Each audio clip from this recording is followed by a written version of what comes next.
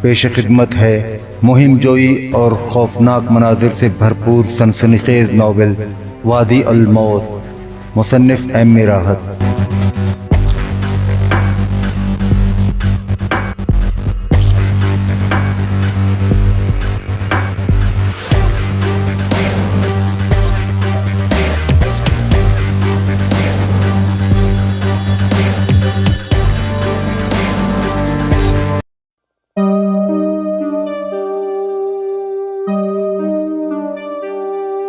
ہاں، ایک اور بات بہت واضح ہے کہ اس کشتی سے بچ کر لانچ میں بھاگنا ممکن نہیں۔ ابھی اتنا وقت ہے کہ ہم یہاں سے لانچ میں نکل جائیں۔ انہیں اپنی کشتی گہرے پانی میں لانے میں کافی وقت لگ جائے گا اور ہم اس مہلت سے فائدہ اٹھا سکتے ہیں۔ نہیں، اس کا مطلب ہے کہ حملے کو دعوت دینا ہوگا۔ منوچہر نے ایک بار پھر شہروز سے اتفاق نہیں کیا۔ ہمیں پتہ نہیں کہ ان کے پاس کس قسم کے ہتھیار ہیں۔ ان کے ہتھیار جہنم میں گئے۔ شہروز نے پہلی مرتبہ تلخ لہجے میں کہا، ہماری بقا اپنے ہتھیار استعمال کرنے میں ہے، لیکن اگر وہ لڑنے کے لیے یہاں پہنچ ہی گئے ہیں تو پھر ہمیں کوئی راہ نہیں ملے گی۔ اگر ان سے لڑائی ہوئی تو ضروری نہیں کہ ہم ہار جائیں۔ منوچہر نے کہا، سمندر میں تو ہم انہیں ہرا ہی سکتے ہیں۔ خدا کے واسطے منوچہر۔ شہروز نے کچھ کہنا چاہا لیکن منوچہر نے اسے خاموش رہنے کو کہا۔ وہ کشتی کو دیکھ رہا تھا۔ وہ کسی فیصلے پر پہنچ چکا تھا، لیکن شہروز کو یقین تھا کہ وہ غلطی کر رہا ہے، لیکن وہ اس فیصلے کو تبدیل نہیں کرا سکتا تھا۔ اس کی نظریں کشتی پر تھیں اور شہروز پیچ و تاب کھا رہا تھا۔ اسے یاد تھا کہ انگریز سیاح نے لکھا تھا کہ ان جزائر کے باسی جارح اور غیر دوستانہ انداز رکھتے ہیں۔ منوچہر نے دوربین ہٹا کر شہروز کو دیکھا۔ نہیں شہروز، اس کا لہجہ فیصلہ کن تھا، ہم یہی ٹھہریں گے۔ مجھے امید ہے کہ ہم ایسے لوگوں کے درمیان ہوں گے جو ہمیں مدد فراہم کر سکیں۔ پھر زیادہ کشش اس میٹھے پانی میں ہے جو جزیرے پر موجود ہے۔ یہ کہہ کر وہ حشمت کی طرف پلٹا۔ تم یہیں ٹھہرو لڑکے۔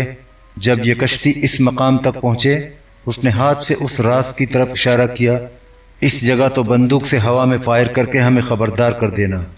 خبردار، گولی ہوا میں چلانا ورنہ مسئلہ بن جائے گا۔ بہت بہتر جناب، حشمت نے کہا۔ کیا اس کے بعد میں واپس چلا آؤں؟ بالکل، منوچہر نے جواب دیا، کیونکہ اگر شہروز کے خدشات درست نکلے تو پھر ہمیں ہر ہاتھ میں بندوق کی ضرورت ہوگی۔ منوچہر کا لہجہ ایسا ہی تھا کہ شہروز کو غصہ آنے لگا، جو کپتان کو پسند اور اس کا احترام کرتا تھا۔ میں تمہیں ایک بات بتاؤں شہروز، کپتان نے ایک طویل سانس لے کر کہا۔ بعض باتیں ایسی ہوتی ہیں جن کے لیے دو طریقے نہیں ہوتے۔ تم یا تو غلط ہو سکتے ہو یا درست۔ اگر تم غلط ہو تو خود کو صحیح نہیں کہہ سکتے، لیکن میرا خیال ہے کہ میں غلطی پر نہیں ہوں۔ ویسے یہ ایک جوا ہے جو کوئی بھی جیت سکتا ہے، اور مجھے خوشی ہے کہ اس جوئے میں تم میرے ساتھ ہو۔ میں اپنے اشتعال پر معذرت خواہ ہوں جناب۔ شہروز کا لہجہ بہت نرم تھا۔ نہیں، معذرت کی ضرورت نہیں۔ مجھے ایسے لوگوں سے محبت ہے جو کھل کر بات کرتے ہیں۔ چلو اب لڑکوں تک چلتے ہیں۔ شہروز نے محسوس کیا کہ چلتے ہوئے کپتان کے پیر لڑکھڑا رہے تھے۔ اسکائی لارک کا عملہ جس جگہ پر اترا تھا اسے تنگ ساحل کہنا زیادہ مناسب ہوگا۔ یہاں نصف چاند کی شکل میں ریت کی کھائیاں تھیں، جبکہ اوپری پہاڑی غاروں کے ساتھ ساتھ صنوبر اور ناریل کے درختوں کی قطاریں سی تھیں۔ جب وہ اتر رہے تھے تو منوچہر شہروز کو اپنا پروگرام بتا رہا تھا، اور شہروز کو احساس تھا کہ اگر کسی منصوبے میں کامیابی کی ذرا سی بھی توقع ہے تو وہ یہی منصوبہ ہے۔ ویسے وہ اپنے طور پر ہر قسم کے حالات کا سامنا کرنے کے لیے تیار تھا، تاہم اس صورتحال پر اسے اطمینان تھا۔ اسے گھر کی طرف سے فکر نہ تھا۔ وہ اپنے شہر میں ایک چلتے ہوئے پھلتے پھولتے کاروبار کا مالک تھا، اور اس نے دوسری جہازران کمپنیوں سے ملنے والی بہترین پیشکشوں کے باوجود منوچہر کا ساتھ نہیں چھوڑا تھا۔ خود منوچہر کو بھی اس پر اندھا دھند اعتماد تھا۔ منوچہر نے شادی نہیں کی تھی، وہ اپنے والد کے مکان میں رہتا تھا۔ شہروز کو اگر فکر تھی تو صرف اس نئے خوف کی جو یہاں اترنے کے بعد اس کی رگوں میں خون کی طرح دوڑنے لگا تھا۔ اس نے شاہور کی طرف دیکھا۔ عملے میں نوید کے سوا کوئی بھی شاور کی طرح تنومند نہیں تھا۔ دونوں کی بھرپور داڑیاں تھیں، لیکن فرق صرف یہ تھا کہ جہاں نوید سے ہر شخص محبت کرتا تھا، وہیں لوگ بالعموم شاور کی تعریف نہیں کرتے تھے۔ وہ الگ تھلگ رہتا تھا۔ شاہور کے بارے میں منوچہر کا خیال یہ تھا کہ وہ شیطان کی طرح خاموش رہتا ہے، اگر اس کے سامنے عورت آ جائے تو اس کی زبان قینچی کی طرح چل پڑے گی۔ ویسے اگر میری رائے چاہتے ہو تو وہ یہ ہے کہ میں اس شخص کو دشمن کے بجائے دوست بنا کر رکھنا پسند کروں گا۔ شہروز نے یہ بات نوٹ کی تھی کہ طوفان کے بعد شاہور اور زیادہ خاموش رہنے لگا ہے۔ اس نے خاموشی سے اپنا کام زیادہ بہتر طریقے سے انجام دے کر منوچہر سے شکریہ وصول کیا تھا۔ خود شہروز نے بھی اس کے کام کی تعریف کی تھی۔ نبی بخش کی آواز سن کر شہروز کی توجہ شاہور کی طرف سے ہٹ گئی۔ اس وقت منوچہر ایک ریشمی رومال سے پسینہ پہنچ رہا تھا اور اس کی پیشانی سے تازہ خون نکل رہا تھا۔ یہاں آپ کے لیے بہت زیادہ گرمی ہے جناب، نبی بخش نے کہا۔ ہاں گرمی تو ہوگی نبی بخش، منوچہر نے ایک طویل سانس لے کر کہا اور رومال جیب میں رکھ لیا اور عملے کے لوگوں کا جائزہ لینے لگا۔ ہم اس حقیقت سے لا تعلق نہیں رہ سکتے کہ ہم نے راستے میں ایک جنگی کشتی دیکھی ہے جس پر 50 سے زیادہ جنگجو سوار ہیں۔ اس اعلان پر 2-3 کے سوا کسی نے بے چینی کا اظہار نہیں کیا۔ سکندر خان غالباً ان سب سے زیادہ خوفزدہ تھا۔ شاہور نے جو اب تک پانیوں کی طرف دیکھ رہا تھا اپنا رخ کپتان کی طرف کر لیا۔ میں نے ایک منصوبہ بنایا ہے، منوچہر نے کہا، ہم یہیں اس کشتی کا انتظار کریں گے۔ یہ کہہ کر اس نے رد عمل معلوم کرنے کی خاطر لوگوں کی طرف دیکھا۔ صرف سکندر خان کی آواز سنائی دی جو مشورہ دینے کے بجائے دعائیں مانگ رہا تھا۔ لیکن ہم قطعی طور پر یہ نہیں کہہ سکتے کہ کشتی سواروں کا رویہ کیسا ہوگا۔ کپتان نے اپنی بات جاری رکھی، وہ دوستانہ رویہ بھی رکھ سکتے ہیں اور مزاحمانہ بھی۔ اگر ان کا رویہ دوستانہ ہوا تو ہمیں ان سے بڑی مدد مل سکتی ہے۔ ذرا خاموش تو رہو، رمپھو نے سکندر خان سے کہا۔ تمہاری آواز کے باعث کپتان کی آواز صاف طور پر سنائی نہیں دے رہی ہے۔ اس طرح ٹوکے جانے پر سکندر خان کی آواز بند ہو گئی، لیکن شہروز دیکھ رہا تھا کہ اس کے ہونٹ مسلسل ہلے جا رہے تھے۔ اس پہاڑی پر دفاع کے مواقع بہت زیادہ ہیں، منوچہر نے کہا۔ میری دعا ہے کہ ہمیں کسی لڑائی بھڑائی کا سامنا نہ کرنا پڑے، لیکن بہرحال ہمیں اس کے لیے تیار رہنا ہوگا۔ لانچ کا کیا ہوگا؟ شاہور نے خشک لہجے میں پوچھا۔ میں بھی اسی طرف آ رہا تھا، کپتان نے جواب دیا۔ ہم اسے یہاں سے کہیں قریب لنگر انداز کر دیں گے تاکہ ضرورت پڑنے پر اس تک پہنچ سکے، لیکن اس کا مطلب یہ نہیں کہ ہم لڑائی کی تیاریاں کر رہے ہیں۔ ویسے اگر لڑائی کی نوبت آ بھی جائے تو دماغ پر قابو رکھنا، ہمارے پاس اسلحہ اور بارود کی کمی نہیں، لیکن اس کا استعمال بہت احتیاط سے کرنا ہوگا۔ گولی چلاؤ تو پھر مارنے کے لیے چلاؤ گے۔ عملہ یہ تقریر بغور سن رہا تھا۔ منوچہر شاہور کی طرف پلٹا۔ ٹھیک ہے، اب تم لانچ کو لنگر انداز کرا دو۔ تمہیں 3 افراد کی ضرورت ہوگی۔ اسے ساحل سے اتنی دور لنگر انداز کرنا کہ ایک تار ساحل پر بھی رہے۔ اور ہاں شہروز، تمہارے آدمی میں بہترین نشانہ باز کون ہے؟ نوید؟ یس سر۔ نوید مسکرانے لگا، اس کے سفید دانت چمکنے لگے۔ اس وقت شہروز کو کسی بحری قزاق کی تصویر یاد آ گئی، لیکن وہ جانتا تھا کہ نوید بحری قزاق نہیں بلکہ بہترین ملاح ہے، ٹھنڈے دماغ کا مالک ہے۔ لیکن خیال رکھنا نوید، کپتان نے اسے بغور دیکھا، جب تک حکم نہ ملے فائرنگ نہ کرنا۔ یس سر۔ نوید بہت خوش نظر آ رہا تھا۔ شاہور، کپتان پھر پلٹا، اسے علی رضا کو دے دو، اور تم شمشاد، تم بھی علی رضا۔ اگر لڑائی کا وقت آئے تو اوسان خطا مت ہونے دینا۔ نوید بندوق دے تو اسے صاف کر کے راستے سے ہٹ جانا تاکہ شمشاد بندوق پھر بھر سکے۔ منوچہر نے پلٹ کر شاہور کو دیکھا۔ اب تم جاؤ اور جیسے ہی لانچ کا انتظام کر دو واپس چلے آنا۔ شاہور نے کچھ نہ کہا، بس سمندر کی طرف بڑھ گیا۔ اب نوید، علی رضا اور شمشاد اس کے پیچھے پیچھے تھے۔ یہ جمیل کہاں ہے؟ منوچہر نے پوچھا۔ چھوٹی کھاڑی کے پاس جناب، نبی بخش نے جواب دیا۔ میں نے اس سے کہا کہ اور انوار، وہ جمیل کے ساتھ ہے۔ شہروز، دونوں کو واپس بلا لو، انہیں بھی کام سونپنا ہے۔ شہروز اس حال کے شکار جمیل تک پہنچا تو وہ ایک پہاڑی کے سائے میں لیٹا ہوا تھا۔ اس کی آنکھیں بند تھیں جبکہ انوار اس کے سر کے قریب بیٹھا ہوا تھا۔ جمیل نے اس کا سایہ محسوس کرتے ہی آنکھیں کھول دی۔ ارے شہروز صاحب، اس نے اٹھنے کی کوشش کی۔ کیا حال ہے تمہارا؟ زیادہ بہتر نہیں، لیکن پھر بھی چل پھر سکتا ہوں، جمیل نے جواب دیا۔ گولی چلا سکتے ہو؟ پتہ نہیں، اس کے لہجے میں بے چارگی تھی۔ کیا لڑائی کا موقع آ سکتا ہے جناب؟ انوار نے پوچھا۔ ہاں، اسی سمت ایک جنگی کشتی آتی ہوئی دیکھی گئی ہے جس پر کچھ لوگ سوار ہیں، شہروز نے جواب دیا۔ اللہ ہماری حفاظت کرے، جمیل نے کہا۔ ہاں، لیکن ہم ہاتھ پر ہاتھ دھرے نہیں بیٹھ سکتے، شہروز نے جواب دیا۔ کھڑے ہو جاؤ، ہمارے پاس ضائع کرنے کے لیے وقت نہیں ہے، چل سکتے ہو نا؟ جی ہاں، مگر یہ بادبان، جمیل کا اشارہ اس بادبان کی طرف تھا جس کی دیکھ بھال وہ کر رہا تھا۔ او ہاں، انوار تم جاؤ اور کپتان سے کہو کہ شہروز جمیل کو لے کر آ رہا ہے، لیکن بادبان لے جانے کے لیے 2 آدمیوں کی ضرورت ہوگی۔ یہ سنتے ہی انوار دوڑ گیا، لیکن جمیل اب بھی نہیں اٹھا۔ کیا بات ہے جمیل، تم کچھ اور کہنا چاہتے ہو؟ شہروز نے اس کی آنکھیں پڑھ لی۔ جی ہاں، لیکن میری سمجھ میں یہ نہیں آ رہا ہے کہ کس طرح کروں۔ یہ میرا مسئلہ نہیں، لیکن مجھے یقین ہے کہ میں جلد ہی تم لوگوں سے جدا ہو جاؤں گا، اور میں یہ ضروری سمجھتا ہوں کہ آپ کو یہ علم ہو جائے کہ یہاں آپ کا ایک دشمن بھی ہے۔ تمہاری مراد شاہور سے ہے؟ جی ہاں، جمیل نے اپنی اجاڑ آنکھیں شہروز پر گاڑ دیں، اس کا چہرہ ستا ہوا تھا۔ کیا اس نے کچھ کہا تھا؟ جی ہاں، شاید آپ کو وہ گفتگو یاد ہو جو جہاز چھوڑتے ہوئے آپ دونوں کے درمیان ہوئی تھی۔ اس کے بعد اس نے کہا تھا کہ اس قاتل کپتان اور اس کے نااہل ساتھی شہروز کو یہ حق نہیں پہنچتا کہ ہمیں جنگلیوں کے سامنے ڈال دے۔ یہ کس نے سنا تھا؟ انوار، نوید، علی رضا اور شاید کرش نے بھی۔ اور کچھ کہا تھا شاور نے؟ نہیں۔ پھر جب شاور صاحب چلا گیا تو نوید نے کہا کہ ایک ملاح کے لیے ایسی باتیں مناسب نہیں، لڑکے شاور صاحب کے خلاف ہیں۔ مرحوم تسنیم کہتا تھا کہ جانے کیوں کسی نے ابھی تک شاہور کو سمندر میں اٹھا کر نہیں پھینک دیا، لیکن میں بتاؤں جناب، شاہور صاحب بہت سخت آدمی ہے، بہت سخت۔ یہ کہہ کر جمیل ہانپنے لگا، کیونکہ نقاہت کے باوجود اتنی لمبی تقریر کرنے سے اس کی حالت غیر ہو گئی تھی۔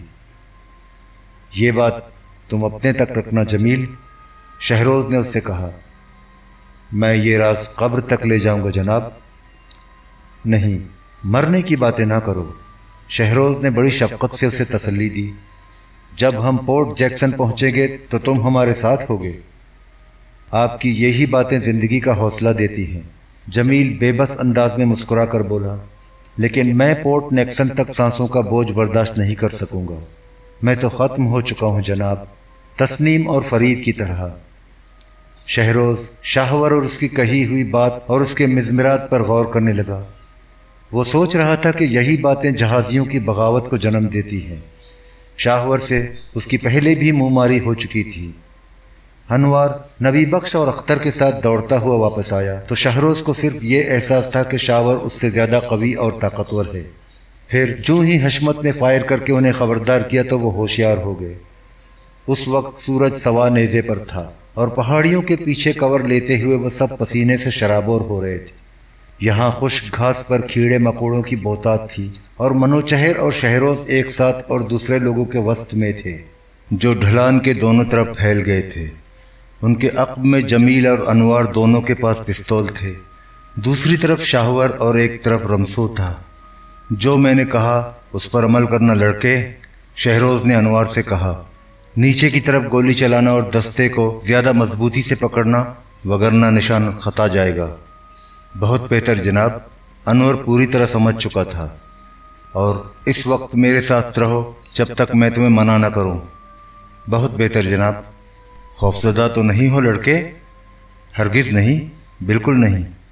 ہاں، ڈرنا مت انوار، ہم جنگلیوں سے بھری ہوئی کسی بھی کشتی کا صفایا کر سکتے ہیں۔ یہ کہہ کر شہزور پلٹا تو منوچہر سر ہلا رہا تھا۔ شہروز نے اس سے کچھ کہنا چاہا مگر پھر کچھ سوچ کر صرف سر کی خیریت ہی پوچھ کر رہ گیا۔ ذرا سی غنودگی محسوس ہو رہی ہے بس، منوچہر نے جواب دیا۔ بہت زور کی چوٹ لگی تھی، لیکن ایک بات تو بتاؤ، نوید بلا اجازت فائر تو نہیں کر دے گا؟